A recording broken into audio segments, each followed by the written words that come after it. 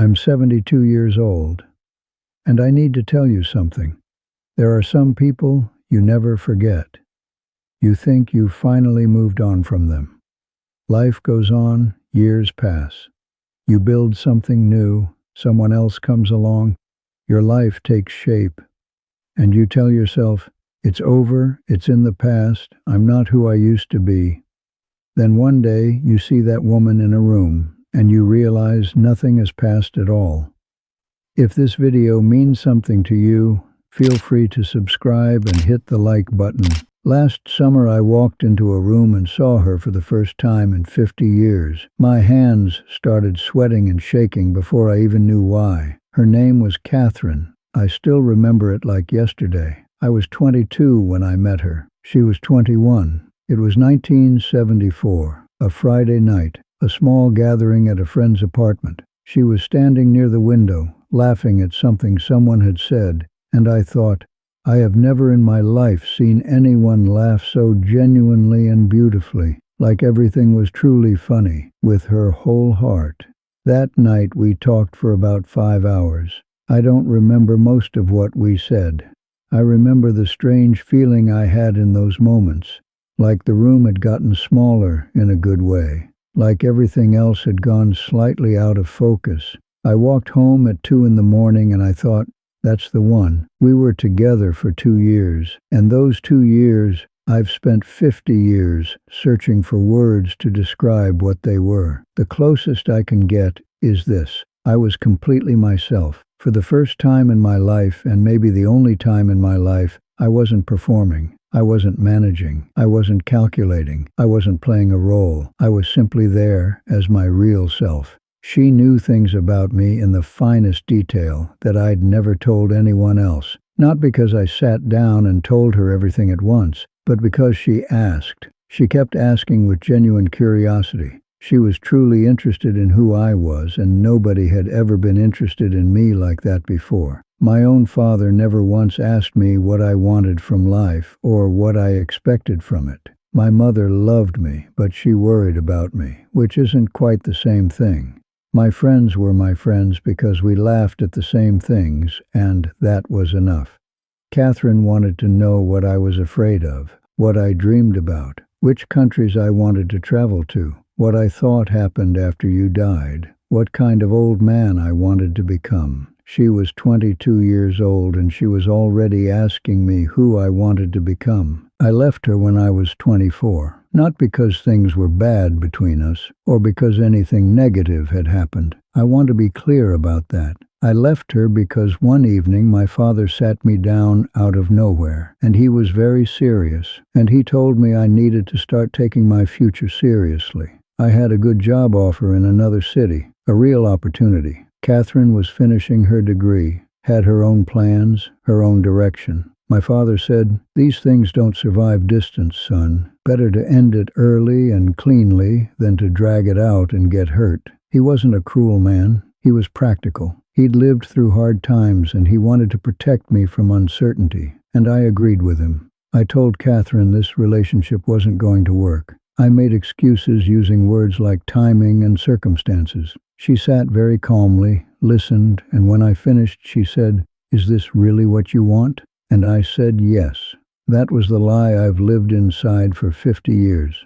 I should have had my mouth sewn shut before I said that word. I moved to the new city. I threw myself into work. Within a year I met Margaret. Margaret was warm, steady, and kind by nature. She laughed easily. She made jokes wherever she went. Everyone loved Margaret, and I understood why, and I loved her too. We married when I was 27. We had 2 sons. We built a life that looked from the outside exactly like a life should look, and it was good. I mean that. It was genuinely good. But there was always a dark, locked room inside me, not because I was unhappy, not because Margaret wasn't enough. She was more than enough. She was everything she said she would be and more. The room was locked because of the word I'd said on that afternoon when I was 24. Is this really what you want? Yes. That word, one single word. I had said it so clearly and so certainly, and it was the most dishonest thing I had ever said in my life. Margaret passed away 6 years ago.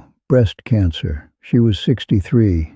It was fast, the kind the doctors called a mercy, and I suppose they were right. I held her hand at the end. I told her I loved her. I meant it completely. After she died, I spent a year barely functioning. Not dramatically, just quietly. Carrying on out of habit, waking up, making coffee, sitting in the house that felt too big, going to sleep. My sons worried. They called more than usual. They visited. They were good boys and they tried. But I believe grief is something you have to do mostly alone. You can be grateful for their calls and their questions and still know that the real work is yours.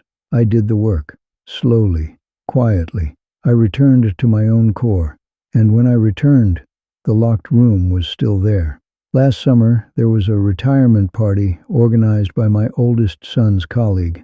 I was tired that week, and these kinds of things, rooms full of people I half know, conversation over drinks, take more out of me now than they used to. But my son asked me to come, and I didn't want to let him down, so I went. I walked into the room, and she was there. 50 years exactly since I last saw her. She was standing quietly near the window. My hands started sweating and shaking before I even knew why. She looked like herself. She hadn't changed much. That's the only way to describe it. Older, of course. We both were.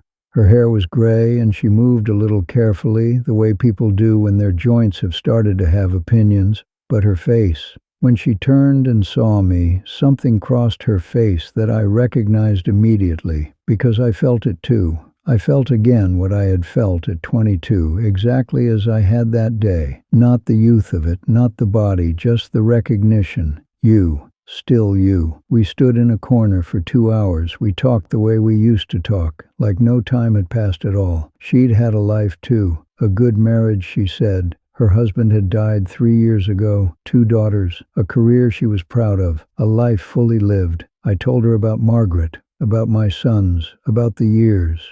Then she said something that I've turned over in my mind every single day since. She said, I always kept thinking about it and wondering whether you really meant it. When you said that, 50 years, and she had been wondering all along, just like that day. I looked at her for a moment, and I told her the real truth, the actual truth, the one I had never told anyone. No, I said, it wasn't what I wanted. I was 24 years old and I was afraid, and I did what I was told without questioning it. And I've gone over that afternoon in my mind more times than I can count. She was quiet for a moment, then she said, me too.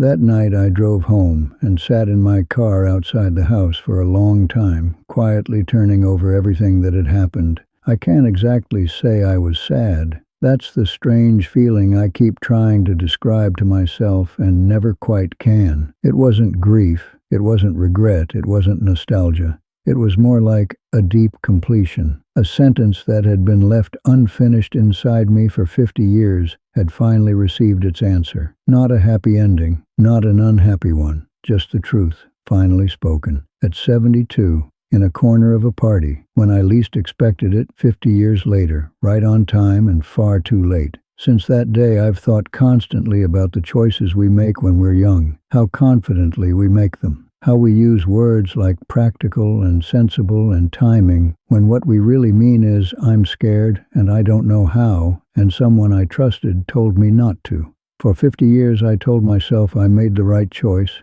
And in many ways I had. Margaret was real. My sons are real. The life I built was real, good, and worth living. But the right choice and the true choice are not always the same thing. Most of us go through our whole lives not knowing the difference. We think we're choosing the right thing, the sensible thing, the expected thing, the thing that doesn't frighten the people around us. And we put a mask on it and call it maturity. Sometimes it genuinely is maturity, and sometimes it's nothing but fear. I'm not telling you to blow up your life. I'm not saying the safe choice is always wrong or that following your heart is always right. If you let your heart lead you off a cliff, you've still gone off a cliff. But I am saying this. There are questions you haven't even asked yourself because you're afraid of the answers. There are things you want that you've buried so deep that you've almost fully convinced yourself you don't want them anymore. There are people you let go of, or were told to let go of, and somewhere, behind everything, they're still there. I'm not saying go find them. That's not what this is about. This is about being honest with yourself about what happened and making your own choices for yourself.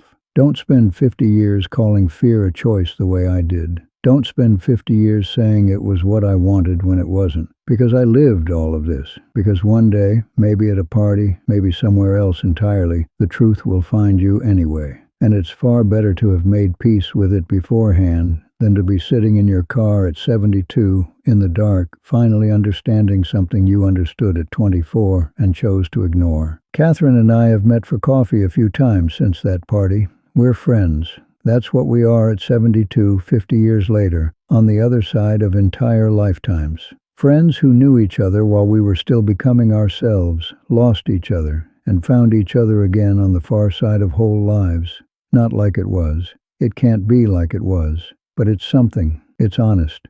It's real. And at 72, honest and real is worth more than anything else I can think of. Margaret's photograph always sits on the mantelpiece. I still talk to her sometimes, just the two of us. I know that sounds strange. I don't care. I tell her about my days.